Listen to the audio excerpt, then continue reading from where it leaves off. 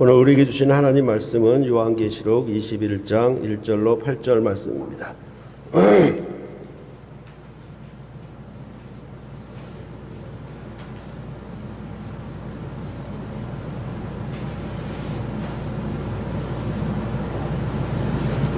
한 절씩 교대로 봉독해 올리겠습니다. 또 내가 새 하늘과 새 땅을 보니 처음 하늘과 처음 땅이 없어졌고 바다도 다시 있지 않더라.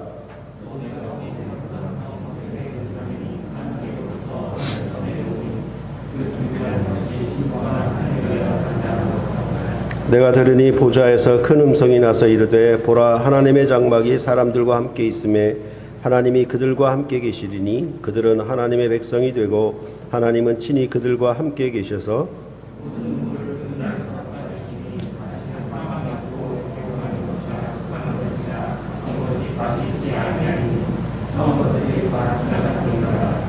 보좌에 앉으신 이가 이르시되 보라, 내가 만물을 새롭게 하노라 하시고 또 이르시되 이 말은 신실하고 참되니 기록하라 하시고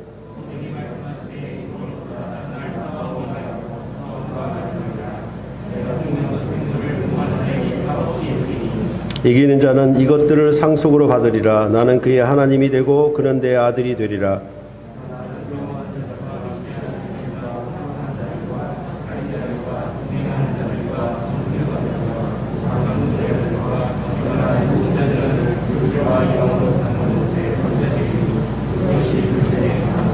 아멘.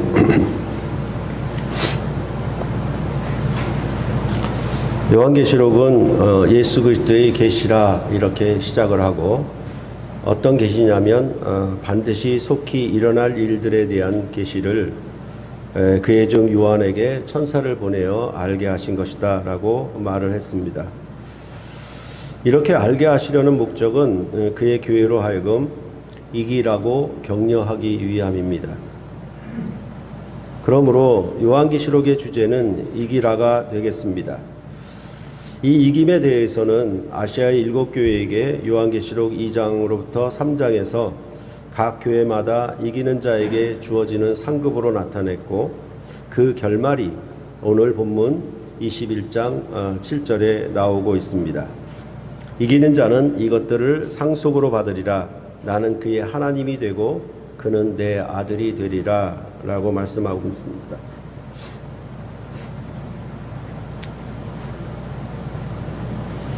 이기는 자라고 하는 것은 하나님의 백성 한 사람 한 사람을 가리키며, 이기는 자들은 그들의 삶이 박해의 위협에도 아랑곳하지 않고 믿음으로 타협하지 않는 특징을 가진 사람들이라고 할 수 있겠습니다.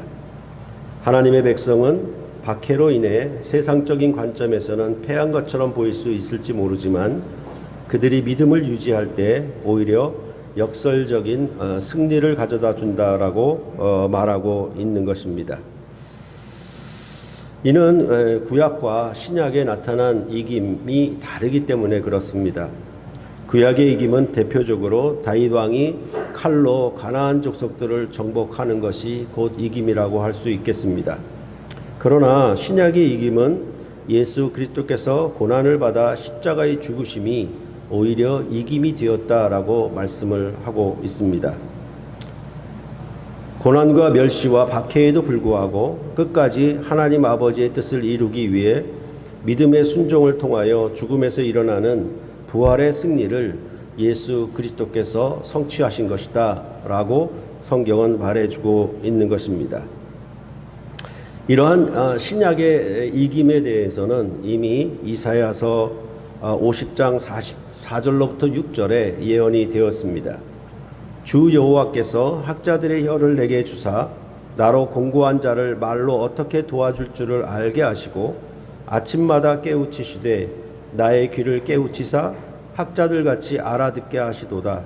주 여호와께서 나의 귀를 여셨으므로 내가 거역하지도 아니하며 뒤로 물러가지도 아니하며 나를 때리는 자들에게 내 등을 맡기며 나의 수염을 뽑는 자들에게 나의 뺨을 맡기며 모욕과 침뱉음을 당하여도 내 얼굴을 가리지 아니하였느니라 라고 말씀하고 있습니다. 그러니까 이사야서는 하나님 아버지의 뜻을 밝히 아는 자를 보내실 것입니다. 그러니까 요한복음 같으면은 아버지와 아들이 하나다. 그리고 아버지의 말씀과 권세가 내게 있고 내 말의 권세는 하나도 없이 오직 아버지의 말씀과 권세가 내가 있다. 내 말이 아버지의 말이다. 이렇게 말씀하는 것처럼 아버지와 아들이 하나다라고 하는 것은 여기에 표현은 뭐냐면 학자같이 내가 귀를 열고 다 알게 하셨다라고 말씀하는 것과 같습니다. 그래서 하나님 아버지와 아들이 하나인 분을 보내신다는 의미가 여기에 있고 그 하나님 아버지의 뜻을 다 알았기 때문에 이런 박해와 모욕과 수치에도 불구하고 그는 거역하여서 물러가지 아니하고 오히려 내 등을 맡기며 그 모든 것을 감내했다라고 말씀을 하고 있는 것이 이사야서의 메시아가 오시는 그 메시아의 모습을 예언하고 있는 것입니다. 그러면서 이런 모욕과 수치를 당하는데도 불구하고 내 얼굴을 가리지 아니했다라고 말씀하고 있습니다. 이것은 요즘에도 아주 극악한 범죄자의 얼굴과 신상을 공개하느냐 마느냐 하는 논쟁이 있고 사회적으로 동의가 되면 악한 범죄자의 신상을 그 얼굴과 함께 공개하도록 되어 있습니다. 그러니까 범죄자의 입장에서는 가급적이면 얼굴을 공개하지 않는 것이 덜 부끄럽고 덜 수치스러울 것입니다. 그런데 상대적으로 예수님께서는 세상과 자기 백성들로부터 큰 모욕과 수치를 당하면서도 그 얼굴을 가리우지 않으셨다라고 말씀을 하고 있는 것입니다. 그러니까 수치와 모욕과 침뱉음을 당하되 얼굴을 가리우지 않았다라고 하는 그 배경에는 내가 어떻게 공고한 자들을 도와줄 줄을 알고 있고 내가 이렇게 함을 통하여서 하나님 아버지의 뜻을 이루고 하나님이 나의 도움이 되신다는 확신과 믿음이 있었기 때문에 그는 얼굴을 가리우지 않았다라고 그렇게 말씀을 하고 있는 것입니다. 그러므로 바벨론의 포로에서 돌아오는 새 출애굽의 구원의 왕은 누구보다 하나님의 뜻을 잘 아는 자였고 그렇기 때문에 모든 멸시와 박해에도 불구하고 하나님을 거역하여 물러가지 않으며 그런 고난에도 오히려 하나님을 더욱 믿고 의지한 왕이었다라고 그렇게 말씀을 하고 있는 것입니다. 이 왕을 믿고 따르는 자들은 하나님의 말씀과 예수 그리스도의 증거를 인하여 목배임을 당할지라도 두려워하지 않고 믿음과 충성을 다할 수 있는 것은 바로 예수 그리스도께서 죽임을 당하시고 사흘 만에 죽은 자 가운데서 일어나사 세세토록 살아계시어 왕노릇을 하고 있는 것을 알기 때문입니다. 즉 예수 그리스도를 믿음은 이 왕의 승리를 믿는 것이요 왕은 그를 믿는 백성들에게 왕이 얻은 승리를 그들에게 권능으로 주기 때문에 이 백성들은 승리할 수가 있다라고 그렇게 말씀을 하고 있는 것입니다.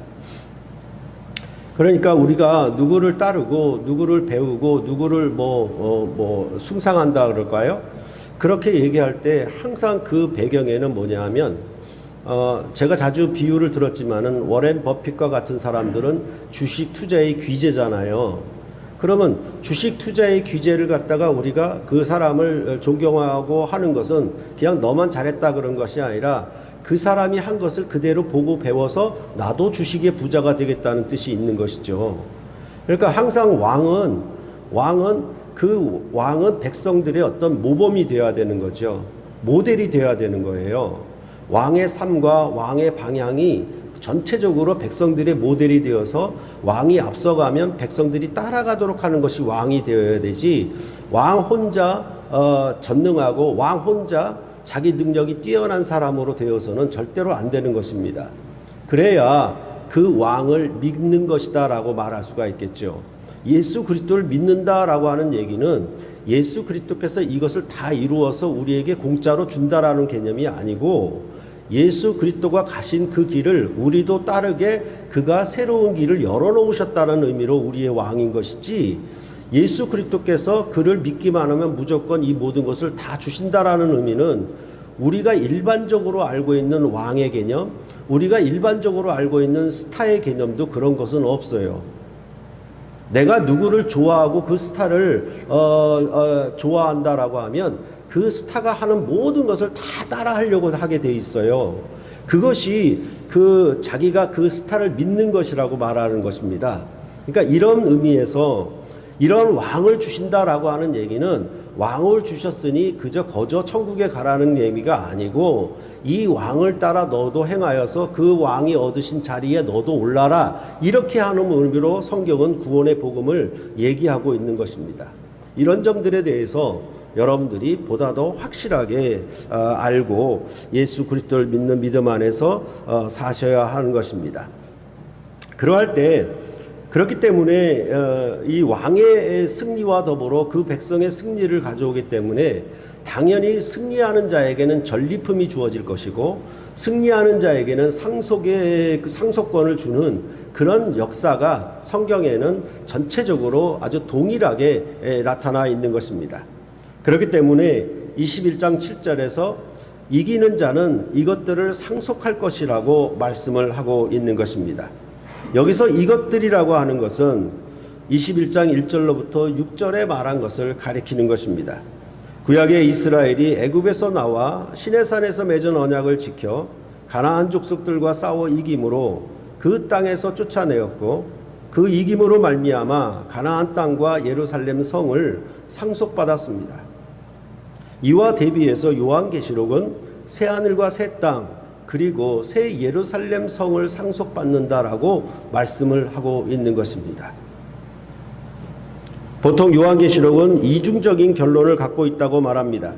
요한계시록 17장 1절로부터 21장 8절, 오늘 본문까지가 첫 번째 결론부이고, 그 다음에 21장 9절부터 22장 5절까지가 두 번째 결론부라고 그렇게 보고 있습니다.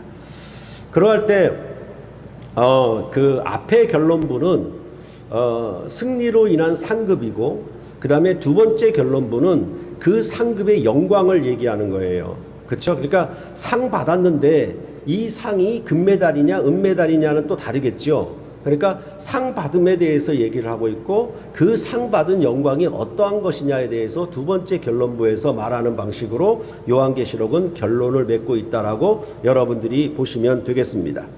그러할 때 첫 번째 결론부는 용과 두 짐승과 바벨론에 대한 완전한 심판과 이들을 따랐던 악에 속한 자들에 대한 심판을 말하고, 이런 악한 세력에도 불구하고 하나님의 말씀과 예수 그리스도의 증거를 죽기까지 지킴으로 충성한 자들에게 주시는 상급을 새하늘과 새 땅, 그리고 새 예루살렘 성으로 말하고 있는 것입니다. 그러니까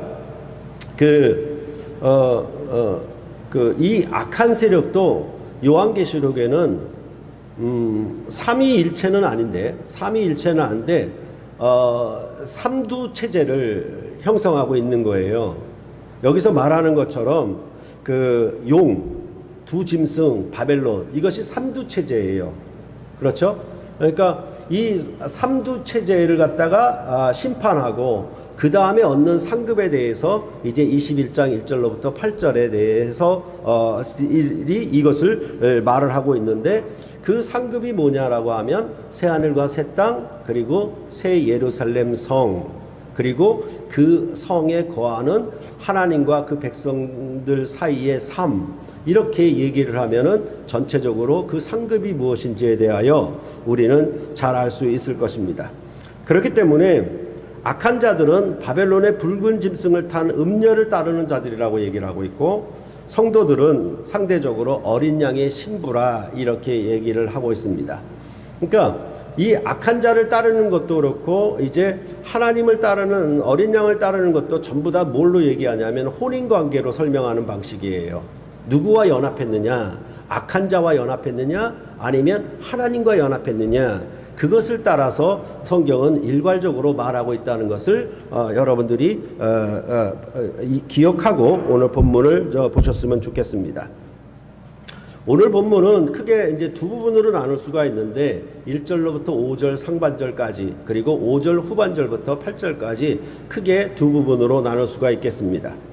오늘 본문의 전반부는 새하늘과 새 땅에 새 예루살렘 성이 하늘로부터 내려와 하나님과 그의 백성이 장막으로 함께 하심을 말하고, 후반부는 이것의 확실함을 언약적인 축복과 저주로 말하고 있는 것입니다. 이러한 상급인데 이러한 상급을 받는 자들 그리고 이러한 상급을 받지 못하는 자들 이렇게 1절로부터 8절에 말하고 있다라고 보시면 되겠습니다. 그러면 1절부터 보신다면 또 내가 새 하늘과 새 땅을 보니 처음 하늘과 처음 땅이 없어졌고 바다도 다시 있지 않더라 라고 말씀하고 있습니다. 이사야서의 마지막 장을 보면은 하나님은 자신 앞에서 영원히 존재할 새 하늘과 새 땅을 지을 것이라고 약속하셨습니다. 이 약속의 성취가 이제 하늘로부터 내려와서 새로워진 땅에 임하게 될 새 예루살렘에 대한 요한의 환상 속에서 드러나고 있다라고 보시면 되겠습니다. 그러면 새 하늘과 새 땅이 무엇이냐라고 얘기한다면 그걸 그대로 풀면 돼요. 뭐라고 얘기하냐면 처음 하늘과 처음 땅이 없어졌다. 그리고 바다도 다시 있지 않다라는 말이 새 하늘과 새 땅에 대한 설명문이 되겠습니다. 물론 이것은 첫 창조의 완성을 새 창조로 말하는 방식입니다. 처음 하늘과 처음 땅이 없어지면 그것은 또 뭐라고 얘기할 수 있냐면 이제 바다도 다시 있지 않더라라는 말로 설명을 할 수가 있겠습니다. 이것은 요한계시록 20장 13절로부터 15절의 결과로 말미암아 나오는 말씀입니다. 거기를 보면은 바다가 그 가운데에서 죽은 자들을 내주고 또 사망과 음부도 그 가운데에서 죽은 자들을 내주매 각 사람이 자기 행위대로 심판을 받고 사망과 음부도 불못에 던져지니 이것은 둘째 사망 곧 불못이라 누구든지 생명책에 기록되지 못한 자는 불못에 던져지리라. 그러니까 이 마치 바다가 전부 이렇게 포로로 사로잡고 있었는데 이제 바다가 전쟁에 패함으로 바다가 내어주는 거예요. 그러니까 포로로 사로잡힌 것을 어쩔 수 없이 이제 내어주는 셈이죠. 그렇게 여기서 말씀을 하고 있는 거예요. 그러니까 마지막 심판에 대해서 뭐라고 얘기하냐면 바다가 내어준다라고 얘기하는 방식으로 얘기가 되어 있고 이렇게 심판이 끝나고 나니까 새 하늘과 새 땅 이렇게 얘기하는 것이 바로 21장 1절에 나오고 있다라는 것입니다. 이런 것은 항상 출애굽 때 홍해 바다를 생각하면 바다가 이스라엘 백성을 사로잡았다가 애굽의 군대를 몰살시키니 그 바다가 이스라엘 백성을 다시 내어준 것을 생각하면 되지요. 그렇죠? 그러니까 이스라엘 백성이 바다에 들어갔을 때는 바다가 사로잡은 것인데 애굽의 군대를 그 바다에서 몰살시키니까 바다가 뭐예요? 이스라엘 백성을 내어준 셈이죠. 그 얘기를 지금 20장 끝에서 하고 있는 거예요. 그러할 때 이 요한계시록에서 바다는 사탄의 대리자인 적그리스도인 짐승이 나오는 것입니다. 그러므로 바다가 다시 있지 않다라고 하는 말은 악한 세력이 제거가 되었다라는 말이겠죠. 그래서 20장 끝에 있는 것처럼 악한 세력에 대한 심판 다음에 막바로 새 하늘과 새 땅 이런 얘기가 나올 수 있게 된다라는 것입니다. 그럴 때에 이 1절의 말씀은 5절에서 보좌에 앉으신 이의 말씀과 상응을 하고 있죠.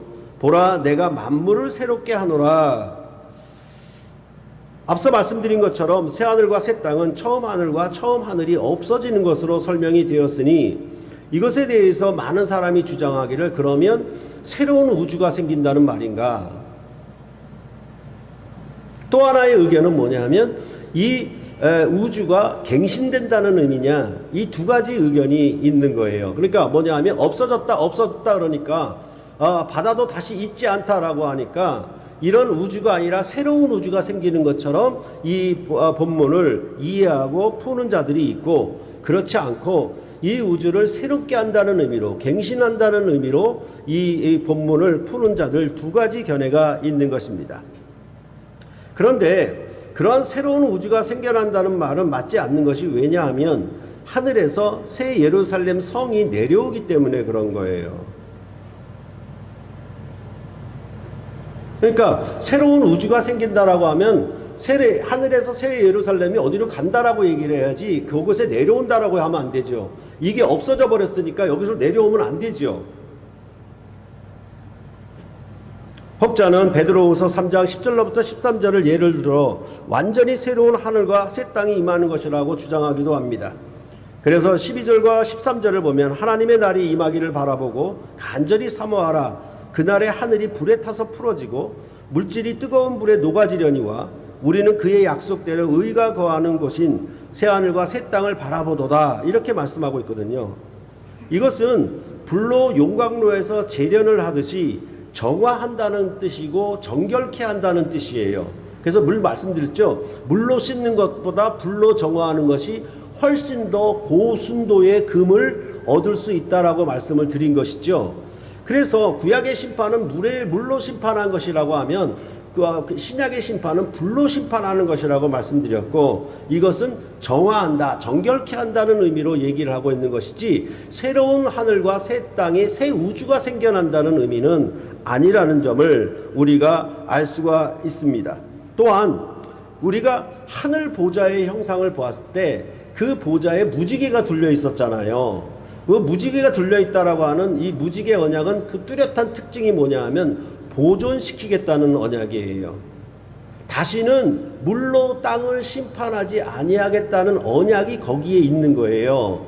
그렇기 때문에 새 하늘과 새 땅을 완전히 탈바꿈시켜서 새로운 하늘과 땅이 그 말이 아니고 이제 이것을 새롭게 한다는 것이죠. 그 땅과 하늘을 보존하사 새롭게 한다는 의미로 없어졌다는 말을 하는 것이지 완전히 새로운 것이 등장한다는 의미로 이 1절을 말을 하는 것이 아니라는 것입니다.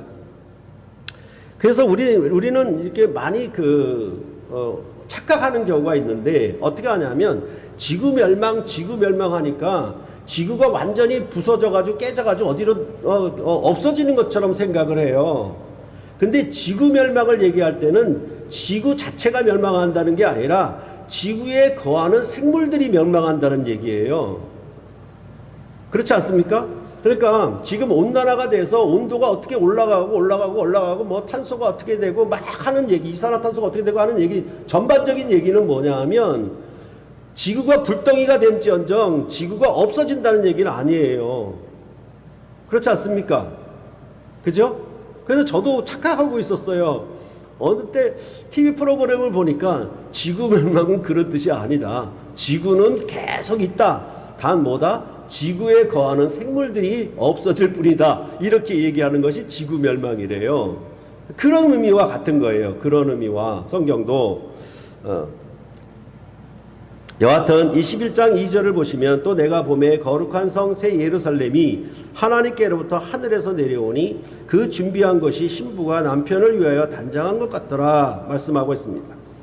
악한 세력이 제거된 새 하늘과 새 땅에 하늘에 있는 하나님의 도성인 새 예루살렘이 내려옵니다. 그러니까 이것은요 어떤 개념이냐라고 하면 우리나라에 일본 총독부가 있을 거 아닙니까? 그렇죠? 일본 총독부가 있는데 일본이 망해가지고 일본이 심판을 당했단 말이에요. 그러면 일본 총독부가 제거될 거 아닙니까? 그러면 실질적으로 우리가 8.15 해방을 맞이했다 그러면 뭐가 와야 되냐면 상해 임시정부가 내려와야 맞는 거예요. 맞죠? 그죠? 이 나라를 통치하고 있는 일본의 식민지, 일본 총독부가 이제 심판을 당해서 제거되었으니까 어찌 보면은 상해 임시정부와 같은 우리나라의 정부가 이곳으로 온다라고 하면 되겠죠. 그러니까 이제 예수님께서 죽고 부활하셔서 하늘 보좌 우편에 취임하셨는데 그 취임으로 말미암아 통치가 계속되는 거예요. 그리고 땅은 여전히 이 바다와 악한 세력으로 말미암아 박해와 어두움과 그런 고통이 따르는 것인데 이 악이 제거되었기 때문에 이제 뭐다? 하늘 보좌에 속한 하늘의 도성이 내려와야 되는 거 맞죠? 이런 의미로 이 성이 내려온다 이 말을 하고 있는 것입니다. 그럴 때에 우리가 좀 조심해야 될 건 뭐냐면 그 레드라고 하는 신학자가 이런 말을 했습니다. 구원을 지상적이고 일시적인 것으로부터 영적이고 영원한 것으로 영원히 도피하는 것으로 보는 헬라의 이원론과 달리 이 말은 뭐냐 하면 우리는 이 지구상에서 떠나 어떤 좋은 공간으로 저 천국 공간으로 올라가는 것을 구원이라고 여겼는데 그거는 헬라의 철학의 이원론이다 이렇게 말을 하면서 뭐라고 얘기하냐면 구원받은 자들을 항상 땅의 실제로부터 빼내어 천상의 영역에 두는 것이 아니라 그들을 땅에 두는 것이라고 말씀하고 있는 거예요. 그것이 바로 지금 새하늘과 새 땅에 새 예루살렘 성이 내려오는다라고 얘기를 하는 겁니다. 그러니까 항상 뭡니까? 내가 본 천국이라고 자기가 천국에 갔다 왔다라고 말하는 사람들은 뭡니까? 항상 이 지구를 떠나서 저 우주를 지나 어떤 천국에 가는 것으로 홀령이 어디로 날아가는 것으로 자꾸 봤다고 얘기를 해요. 그러니까 완전 거짓말이죠. 성경은 그런 얘기가 아니에요.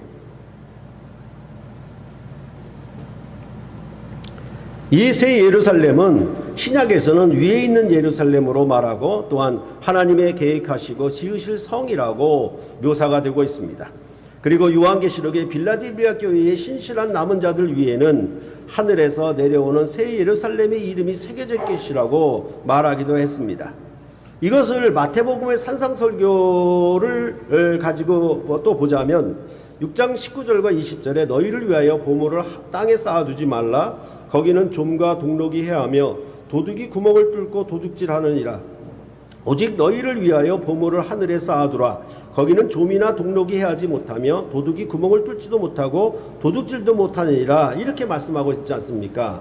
그러니까 처음 옛 출애굽을 통해서 가나안 땅에 세운 하나님 나라 곧 예루살렘 성은 이것이 도둑이 침입해서 도둑이 보물을 약탈한 그런 곳이에요. 그러나 이제 하늘의 도성은 그런 도둑이 이방인의 권세가 침입해서 하나님의 성전에 있는 보물을 약탈하지 못하니 하늘에다 보물을 쌓으라고 얘기하므로 이제 이 주님이 오셔서 세우시는 천국은 하늘에 보좌를 두신 하늘 왕국이라고 그렇게 이 마태복음도 얘기를 하고 있는 거예요. 그럴 때 이 땅의 악한 세력이 제거가 되면 하늘 보좌가 하늘의 통치가 이 땅에 내려와 그 나라를 완전하게 이루게 된다. 이렇게 요한계시록은 말을 하고 있는 것입니다. 이 새 예루살렘에 대해서 신부가 남편을 위하여 단장한 것 같다고 하는 것은 정결하고 아름다움을 나타내는 표현인데 바다가 다시 있지 아니하기 때문에 그런 거예요.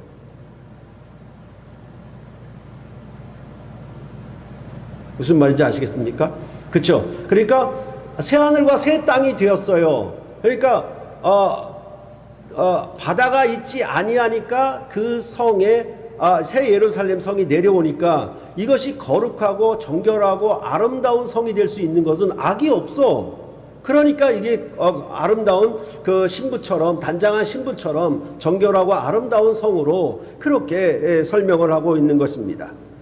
이것도 처음 하늘과 처음 땅, 곧 창세기에 나타난 처음 창조된 하늘과 땅 그렇게 얘기할 때 천지를 창조하시니라 그래놓고 에덴 동산을 창설하셨다 이렇게 돼 있잖아요. 그러니까 하늘과 땅 그 다음에 에덴 동산 이런 구조가 나오잖아요. 이것이 여기서는 뭐냐 하면 새 하늘과 새 땅 이렇게 얘기하고 새 예루살렘 성 이렇게 얘기를 하고 있는 방식입니다.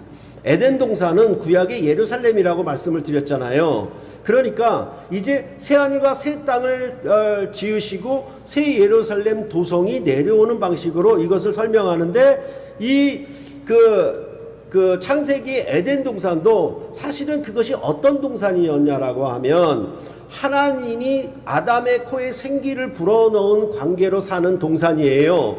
그 생기를 불어넣은 동산인 어떤 동산이냐라고 하면 아담과 하와를 짝지어준 혼인관계로 만든 동산이라고 말씀을 하고 있는 거예요.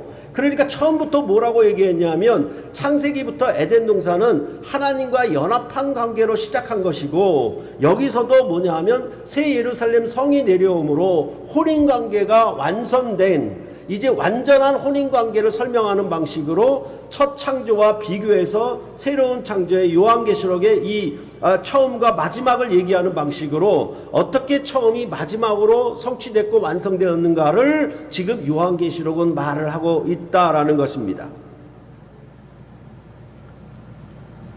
그리고 나서 이제 새 하늘과 새 땅에 새 예루살렘 성에 거하는 삶. 그러니까 어찌 보면은 이렇게 얘기할 수 있잖아요. 우리는 한반도에 살아요. 한반도의 땅덩어리에 살고 있는데 그 땅덩어리에 사는 삶은 뭐라고 얘기하냐면 서울, 이 한반도의 도성에서 통치하는 삶을 사는 것이 백성들이 전체가 사는 삶이에요. 그렇죠. 그러니까 한반도와 서울, 이것을 항상 따라다니는 것이죠. 미국과 워싱턴, 영국과 런던, 이거 따라다니는 개념이에요. 그러니까 새하늘과 새 땅, 새 예루살렘 성, 이렇게 항상 그 나라가 있으면 통치하는 도성이 있어야 되는 것이고, 그런 개념으로 새하늘과 새 땅, 그리고 새 예루살렘 성이 내려온다는 것을 순차적으로 얘기를 하고 있는 것을 여러분들이 이해를 하시면 되겠습니다. 그러면 이런 새로운 나라에 속해서 사는 삶이잖아요. 이제 새하늘과 새 땅인 새 예루살렘으로 말미암아 이루어지는 그 나라 도성에서 거하는 백성들의 삶에 대해서 설명해야 될 거 아니겠습니까? 그것을 이제 3절로부터 4절이 설명하고 있다라는 것입니다. 내가 들으니 보좌에서 큰 음성이 나서 이르되 보라, 하나님의 장막이 사람들과 함께 있음에 하나님이 그들과 함께 계시리니 그들은 하나님의 백성이 되고 하나님은 친히 그들과 함께 계셔서 모든 눈물을 그 눈에서 닦아주시니 다시는 사망이 없고 애통하는 것이나 곡하는 것이나 아픈 것이 다시 있지 아니하리니 처음 것들이 다 지나갔음이로라. 그러면 이제 처음 하늘과 처음 땅이 없어졌어요. 바다가 있지 아니했어요. 그 말과 같은 말이 뭐냐 하면 여기 말하는 것처럼 뭐죠? 여기 말하는 것처럼 이제 사망이 없어지는 것이고 애통하는 것이나 곡하는 것이나 아픈 것이 없어지는 것이고 처음 것들이 다 지나가는 거예요. 그러니까 이러한 바다가 제거된 삶 속에서 바다가 있으면 뭐가 있겠습니까? 눈물이 있을 수밖에 없는 거예요. 그 눈물은 사망을 통한 눈물일 수도 있고 애통을 통한 눈물일 수도 있고 곡함을 통해서 나타나는 슬픔의 눈물일 수도 있고 여기 말하는 것처럼 뭐예요? 아픈 것으로 인해서도 우리가 슬픈 눈물을 흘릴 수가 있잖아요. 이제 이런 것들도 어떻게 됐다? 바다가 없어졌으니까 이것들도 다시는 존재하지 아니한다라는 방식으로 그 백성의 사는 삶을 여기서 설명해 주고 있는 것입니다. 이것도 애굽의 군대를 바다에서 멸하면 이스라엘 백성은 시내산으로 인도가 되어 거기서 여호와 하나님과 언약을 맺었고 그 언약으로 말미암아 하나님과 함께함을 사는 것이 이제 시작되는 것이에요. 그러니까 이 말을 어떻게 얘기하냐면 새 예루살렘 성이 도래했다, 내려왔다. 근데 이제 하나님의 장막이 너희 가운데 있다. 그렇게 하고 하나님과 너희는 하나님과 백성의 관계로 사는 것이다. 이렇게 얘기에 대해서 이건 전부 언약적인 표현이거든요. 하나님은 우리의 하나님이 되고 우리는 하나님의 백성이 되는 것, 이것이 언약적인 정형 어구거든요. 그럴 때 이렇게 말하라는 거예요. 새 예루살렘이 오면 이제 하나님의 장막이 너희와 함께하는 삶이 시작된다. 그 하나님이 함께하는 장막의 삶이 뭐냐라고 얘기했을 때 이제 모든 눈물을 닦아주실 것이다 라고 말씀하시는 것입니다.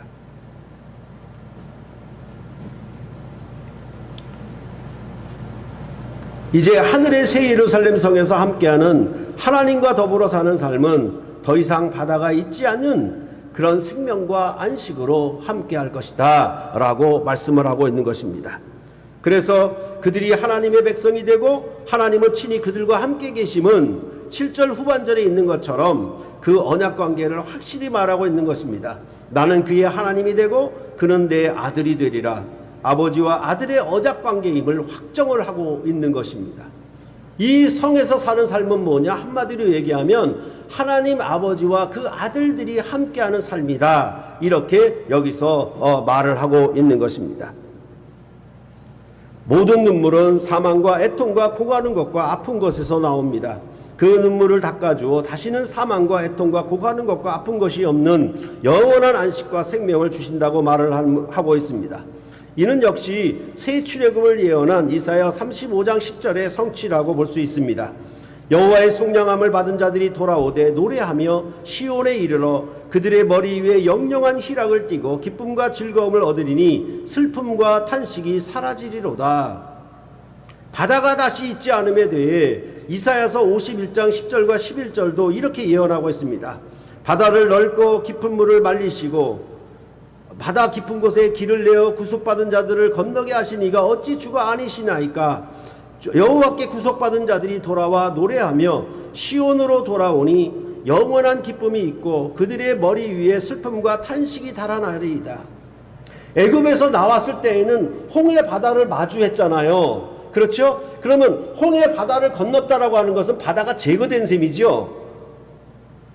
앞에 장애물이 제거된 거 아닙니까? 그로 말미암아 이제 시내산에 이르러 하나님과 언약을 맺고 이스라엘 백성이 여호와 하나님과 더불어 사는 삶이 이제 시작된 거잖아요. 그 목표는 가나안 땅이 목표였잖아요. 그런 언어를 그대로 가져와서 여기서 쓰고 있는 것입니다. 그래서 이 이사야서가 예언할 때에는 이제 출애굽에서 바다를 걷는 그것이 아니라 이제 새 출애굽으로 바다를 걷는 것을 말을 하는데, 이제 뭐라고 얘기하냐면 그 기쁨과 희락은 영영한 기쁨이라고, 마치 영원한 언약을 주실 것이라고 예언하였던 것처럼 새 출애굽에는 새 언약이 오고 그 언약은 영영한 언약인 것처럼 그렇게 얘기하고, 영영한 언약은 무엇을 동반하냐면 영영한 기쁨과 즐거움을 동반하게 되어 있다라는 것이죠.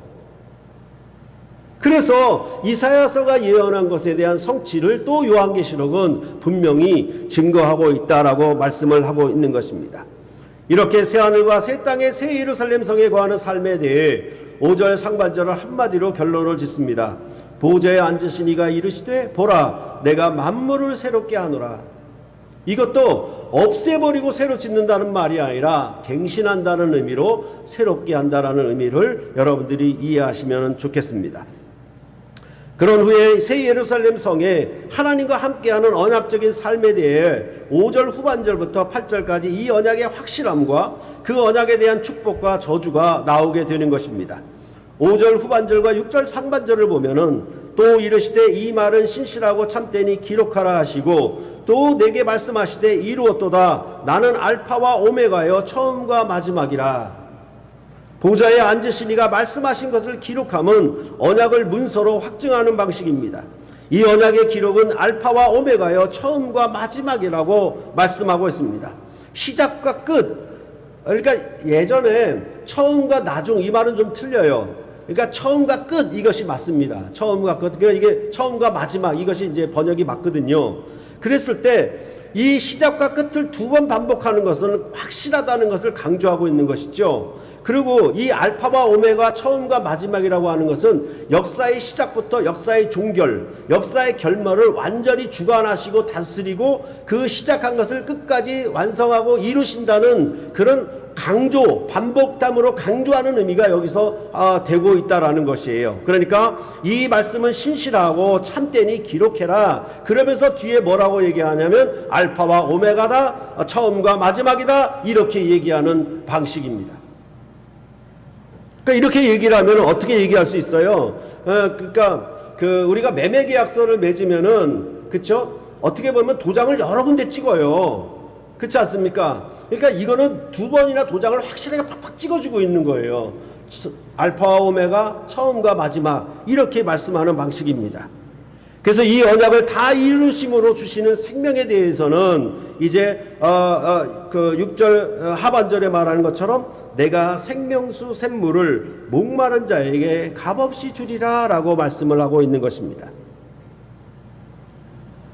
그러니까 항상 어떤 그 언약을 기록하고 언약이 확정되면은 언약을 따른 생명을 얘기를 해야 되잖아요. 그렇죠? 매매 계약을 맺으면은 내가 이제 그 집에 들어가 주인으로 행세하는 삶을 살게 될 것이고, 전세 계약을 맺으면 전세 세입자로서 살게 되는 생명이 오잖아요. 그런 것처럼 이제 이 언약을 확정되었다, 이것이 확실히 되었다라고 얘기를 하고, 그 다음에 그 언약 관계로 사는 삶이 뭐냐, 그것을 얘기를 할 때 뭐라고 얘기하냐면 이 생명수 물을 목마른 자에게 주는데 값없이 준다라는 방식으로 생명을 얘기를 하고 있는 것입니다. 이것은 항상 그 물을 말하는 것은 생명이에요. 그렇죠? 물과 생명은 떼어놓을 수가 없습니다. 물이 있어야 살아요. 그렇죠? 그러니까 이 물을 얘기했다는 것은 생명을 얘기했다는 것인데, 이런 것은 역시 또 이제 처음 창조된 에덴 동산에서도 창세기 2장 10절을 보면은 강이 에덴에서 흘러나와 동산을 적시고 거기서부터 갈라져 네 근원이 되었으니 라고 말을 하고 있지 않습니까? 그렇죠? 그래서 이것을 요한계시록 22장 1절과 2절에는 또 그가 수정같이 맑은 생명수의 강을 내게 보이니 하나님과 및 어린 양의 보좌로부터 나와서 길 가운데로 흐르더라 라고 말씀하고 있잖아요.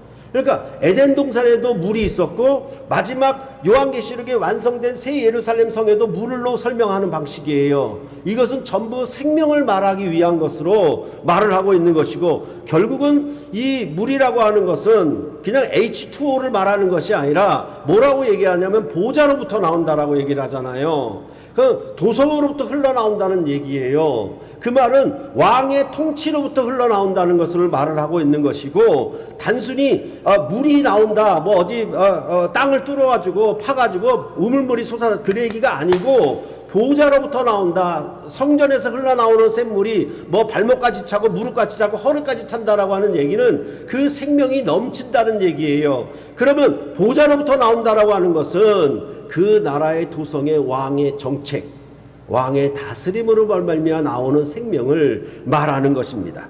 그렇기 때문에 그 정책으로 흘러나서 넘치게 되면 모든 백성들이 한 사람 한 사람 모두가 다 그 정책으로 말미암아 생명을 누리게 되겠죠. 그렇게 여기서 말씀을 하고 있는 것입니다. 그런데 이 생명수의 강은 값없이가 특징이에요. 이런 이사야서 55장 1절의 성취인데, 오라 너희 모든 목마른 자들아 물로 나아오라. 돈 없는 자도 오라. 너희는 와서 사 먹되 돈 없이 값없이 와서 포도주와 젖을 사라 라고 말씀을 했거든요. 이러한 생명을 누림은 그 원인이 55장 3절에 있다라고 볼 수 있습니다. 너희는 귀를 기울이고 내게로 나와 들으라.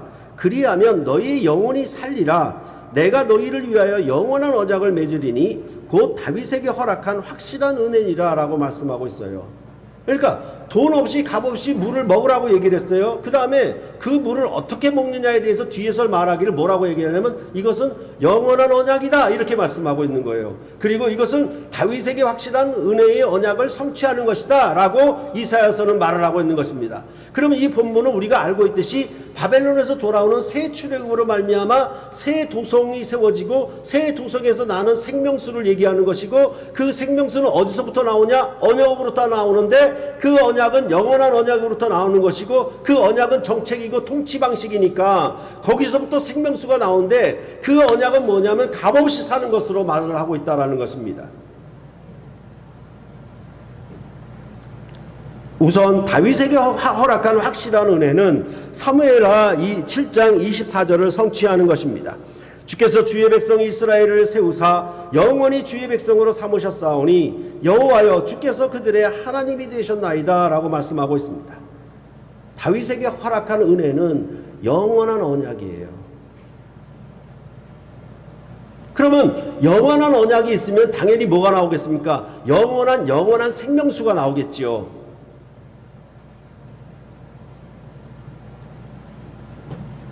언약을 지킴으로 생명을 얻는 것입니다.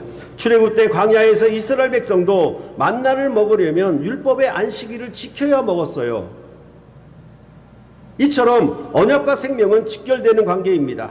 다만 그 언약 관계가 어떤 관계이냐에 따라 그 생명도 다릅니다. 그 다름을 값없이가 나타나고 있는 거예요. 이것을 돈을 주고 사 먹는 생명이냐, 돈을 주지 않고도 먹을 수 있는 생명이냐를 나누어 놓고 있는 것이죠.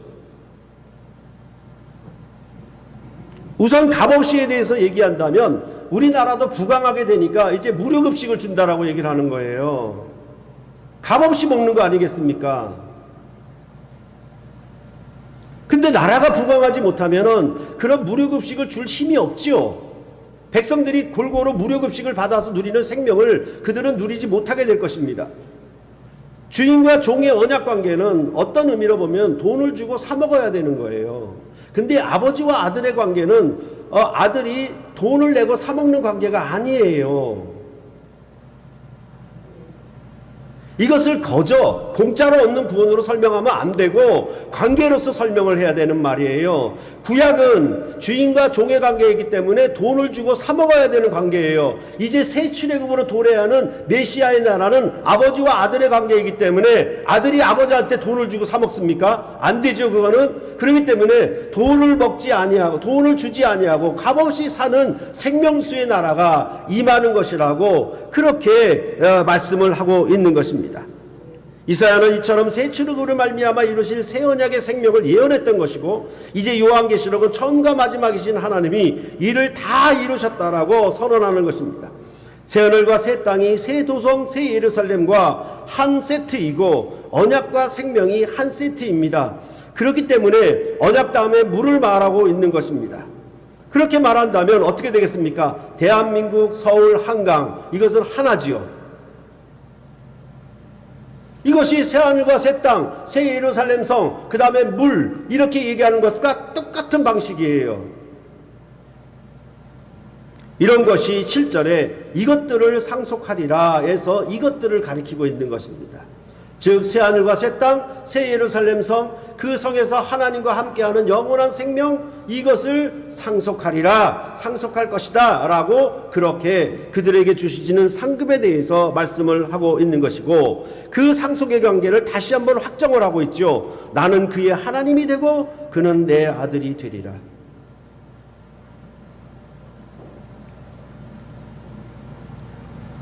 그러므로 이 언약을 지키는 자가 이기는 자가 될 것입니다. 이기는 자는 이것들을 상속하리라 그랬고, 이것들을 상속하는 언약 관계는 나는 너희 하나님이 되고 너희는 내게 아들들이 되리라고 말씀하신 아버지와 아들들의 언약 관계를 말씀하고 있는 것입니다. 그러면 이 언약을 지키지 않는 자가 패배자가 될 것이겠죠. 부부도 결혼해서 사랑의 언약을 지키면 승리자가 되는 것이고, 부부가 사랑의 언약을 지키지 않으면 패배자가 되는 거예요. 그 패배자들을 가리켜 이제 8절에 말을 하고 있는 것입니다. 그러나 두려워하는 자들과 믿지 아니하는 자들과 흉악한 자들과 살인자들과 음행하는 자들과 점술가들과 우상 숭배하는 자들과 거짓말하는 모든 자들은 불과 유황으로 타는 못에 던져지리니 이것이 둘째 사망이라 라고 말씀하고 있습니다. 두려워하는 자들과 믿지 아니하는 자들, 이것이 한 세트예요. 무슨 말인가 하면 믿음이 있는 자는 두려워하지 않아요.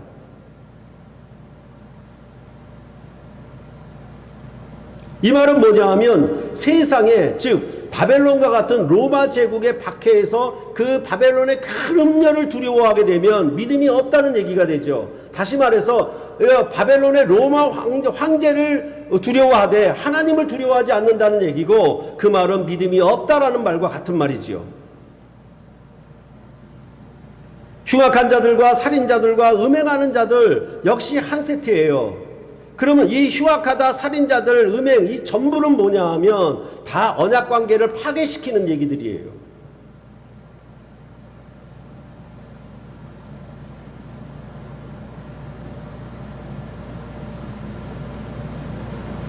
그러니까 부부의 사랑의 언약을 깨는 자들, 그렇죠? 간음하는 자들은 살인죄와 같은 것이에요. 다 부부 안에 생명을 죽이는 것이기 때문에 그렇습니다. 그것이 아주 흉악한 거예요. 또한 점술가들과 우상 숭배자들과 거짓말하는 자들, 이것도 한 세트예요. 이는 모두 언약을 지키지 않고 다른 남편, 다른 신을 섬기는 것을 말씀하고 있는 것입니다. 예수 그리스도를 믿으면서 다른 것을 섬기는 방식이죠. 그게 거짓말이죠. 내가 내 남편만을 사랑하겠다 그러고 다른 남자를 섬기는 것, 그게 거짓말이죠. 이 전체적인 것은 전부 뭡니까? 언약을 지키지 않은 패배자들에 대해서 너는 타는 불과 못에 들어가게 되리라, 유황과 불에 들어가게 되리라고 그 심판을 여기서 선언을 하고 있는 것입니다. 다시 말해서 그 언약을 믿음으로 충성하지 않는 자들, 그들에게는 반드시 이러한 심판이 따르게 될 것이라고 언약적 저주를 선포하고 있는 것이 오늘 8절의 말씀인 것입니다.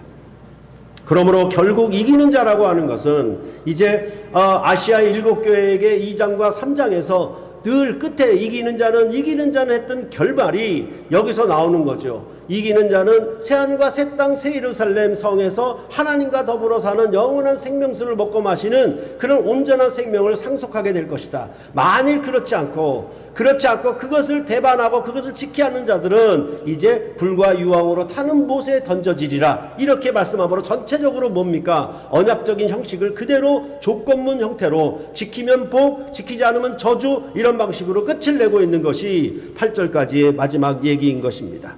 결국 이긴다고 하는 자들은 하나님의 말씀인 언약을 충성스럽게 지켜서 하나님을 사랑하고 형제를 사랑하는 섬김을 다하는 자들입니다. 이들은 새하늘과 새 땅, 새 예루살렘 성에 하나님과 함께하는 언약적인 교제와 영원한 언약을 따른 생명을 누리는 것을 상속하게 될 것입니다. 그것을 우리는 이제 내세히 맛볼 능력을 성령으로 말미암아 이곳에서 여러분과 저희가 하나님 나라를 교회로 말미암아 만들어서 이곳에서 이제 내세의 능력과 생명을 여기서 구현해내는 거예요. 여기는 어둠이 제거되고 바다가 있어야는 안 되고 흉악한 자들과 살인한 자들과 거짓말하는 자들, 그런 자들이 없어야 되는 그런 생명의 공동체, 마치 거룩하고 아름다운 신부처럼 그렇게 그리스도의 신부로서 우리가 이걸 만들어감으로 이러한 삶을 통하여 무엇을 이룬다? 이것들을 상속하는 결과물, 그런 언약의 결과를 우리가 받게 될 것이다 라고 성경은 말씀을 하고 있는 것입니다.